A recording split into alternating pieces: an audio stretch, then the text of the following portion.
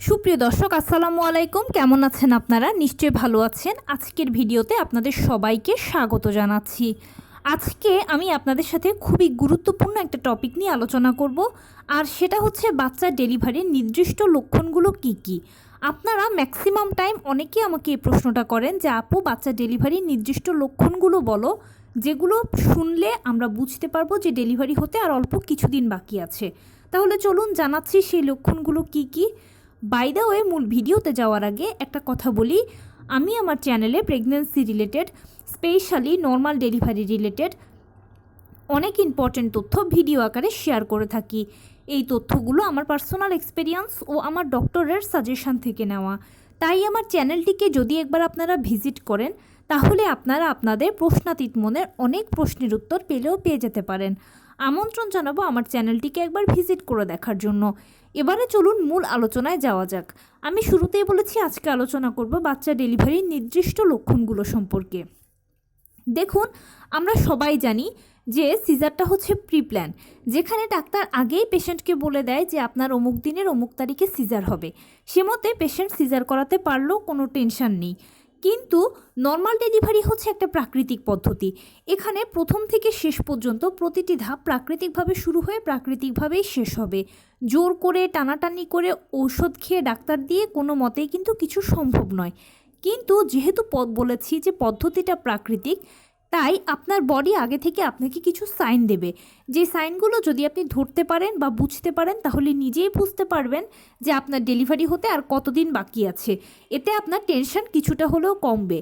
আর তার পাশাপাশি আরও একটা ইনফরমেশান দিয়ে রাখি, নবম মাসে 37 থেকে 40 সপ্তাহ হচ্ছে নর্মাল ডেলিভারির আদর্শ সময়। নর্মাল ডেলিভারিগুলো 37 থেকে 40 সপ্তাহের মধ্যে হয়ে যায়। কারো 37 সপ্তাহে হয়, কারো 38 সপ্তাহে হয়, কারো 39 সপ্তাহে হয়, কারো বা আবার 40 সপ্তাহে হয়। আরেকটা ইনফরমেশান দেই, আপনি যখন নবম মাসে মানে 36 সপ্তাহে লাস্ট চেক আপটা করাবেন, সেখানেই মোটামুটি ফাইনাল সেটেলমেন্ট এসে যাবে আপনার কি নর্মাল ডেলিভারি হবে নাকি সিজার হবে। যদি দেখেন যে রিপোর্টে সব কিছু ঠিক আছে, মা ও বাচ্চা উভয় ভালো আছে, বাচ্চার পানি, পজিশন, প্লাসেন্টা, ওজন, বাচ্চা সার্বিকভাবে সুস্থ আছে, মায়ের সব কিছু মোটামুটি ঠিক আছে, সার্বিকভাবে সুস্থ আছে, মানে রিপোর্টটা যখন নর্মাল আসবে সব কিছু, তখন ইনশাল্লাহ ধরে নেবেন যে আপনার ডেলিভারিটা নর্মালি হতে যাচ্ছে, ফাইনালি সব কিছু ঠিক থাকলে। আর যদি কোনো কিছু সমস্যা থাকে, যেমন মায়ের কোনো সমস্যা বা বাচ্চার যদি কোনো সমস্যা থাকে, তখন সেক্ষেত্রে সিজারের প্রয়োজন হবে, সেটা ডাক্তারই বলে দেবে। আসুন এবারে বলছি বাচ্চা ডেলিভারির নির্দিষ্ট লক্ষণগুলো কি কি।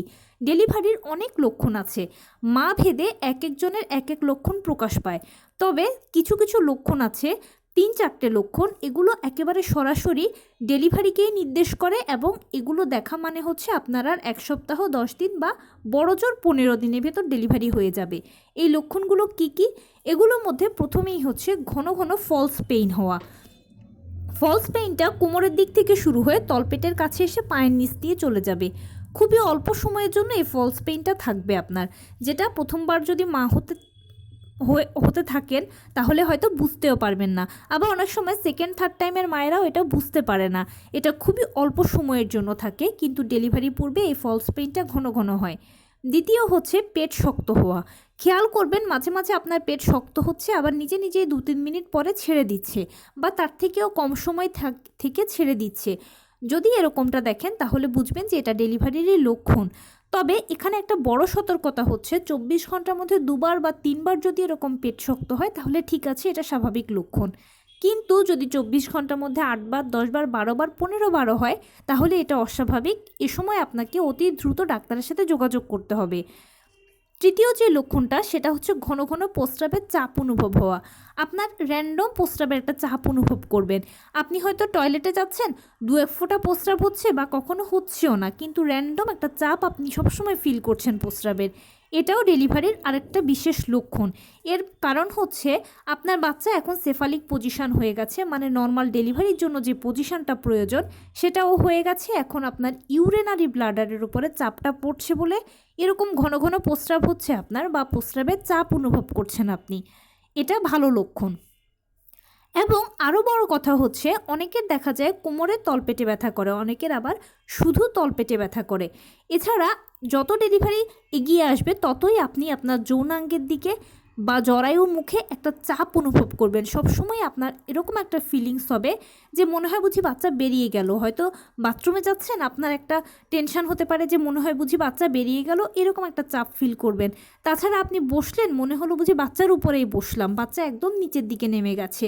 এই ধরনের ফিলিংস যখন হবে বা যখন মনে হবে যে যৌনাঙ্গের দিকে ব্যথা করছে বা একদম যৌনাঙ্গের দিকে বা জরায়ুর দিকে প্রেশারটা অনুভব করছেন, তখন বুঝে নেবেন যে ডেলিভারির একেবারে কাছাকাছি সময়ে চলে এসেছেন আপনি।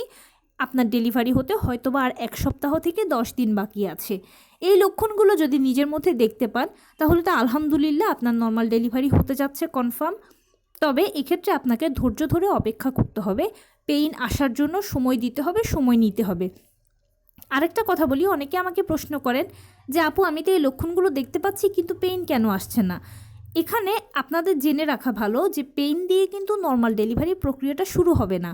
প্রথমে আপনার পিরিয়ডের মতো বা বাদামি স্রাব দেওয়া যাবে, এটা দিয়ে শুরু হবে আপনার নর্মাল ডেলিভারির প্রক্রিয়া। কেউ কেউ বলেন পিরিয়ড শুরু হয়েছে, কেউ কেউ বলেন বাদামি স্রাব যাচ্ছে। একদম পিরিয়ডের প্রথম দিনের মতো আমাদের যেরকম হালকা বাদামি বা হালকা গোলাপি বর্ণের স্রাব যায়, এখানেও সেরকম দেখতে পাবেন। এটা হচ্ছে প্রথম ধাপ। এরপরে আপনার একটু একটু করে পানি ভাঙবে, এটা দ্বিতীয় ধাপ। এরপরে আস্তে আপনার পেইনটা আসবে। তৃতীয় পর্যায়ে গিয়ে মানে নর্মাল ডেলিভারি প্রক্রিয়া শুরু হওয়ার তৃতীয় পর্যায়ে গিয়ে আপনার পেইনটা আসবে। তাই যখনই পিরিয়ড শুরু হবে তখন অপেক্ষা করবেন পরবর্তী ধাপের জন্য। পরবর্তী ধাপে পানি ভাঙলে অপেক্ষা করবেন পেইনের জন্য। পেইন যখন আসবে তখন প্রথমে হালকা, এরপরে মাঝারি, এরপরে ভারী পেইনটা হবে। ভারী পেইনের সময়ই আপনাকে ডেলিভারি রুমে নেওয়া হবে, তার আগে নয়।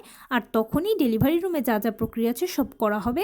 নর্মাল ডেলিভারি কিভাবে হয়, normal delivery related huge video আমার চ্যানেলে আছে, যেটা প্রয়োজন কষ্ট করে একটু সার্চ দিয়ে দেখে নেবেন। তো এই ছিল আজকের ভিডিও। কেমন লাগলো বলুন। যদি ভালো লেগে থাকে ও হেল্পফুল হয়ে থাকে তাহলে প্লিজ লাইক, কমেন্ট, শেয়ার করতে একদম ভুলবেন না। আর সেই সাথে আমার চ্যানেলটিকে সাবস্ক্রাইব করার বিনীত অনুরোধ রইল। পাশে থাকা বেল আইকনটি ক্লিক করে দেবেন যেন আমি ভিডিও আপলোড করার সাথে সাথে আপনারা নোটিফিকেশান পেয়ে যান। যদি কোনো প্রশ্ন থাকে কমেন্টসে জানাবেন, আমি রিপ্লাই দেব। প্লাস যদি কোনো পরামর্শ থাকে যে কোন বিষয়ের উপরে ভিডিও বানালে আপনারা উপকৃত হবেন সেটাও জানাবেন। আমি আপনাদের পছন্দের সর্বোচ্চ প্রায়োরিটি দেব। ভালো থাকবেন, সুস্থ থাকবেন। আসসালামু আলাইকুম।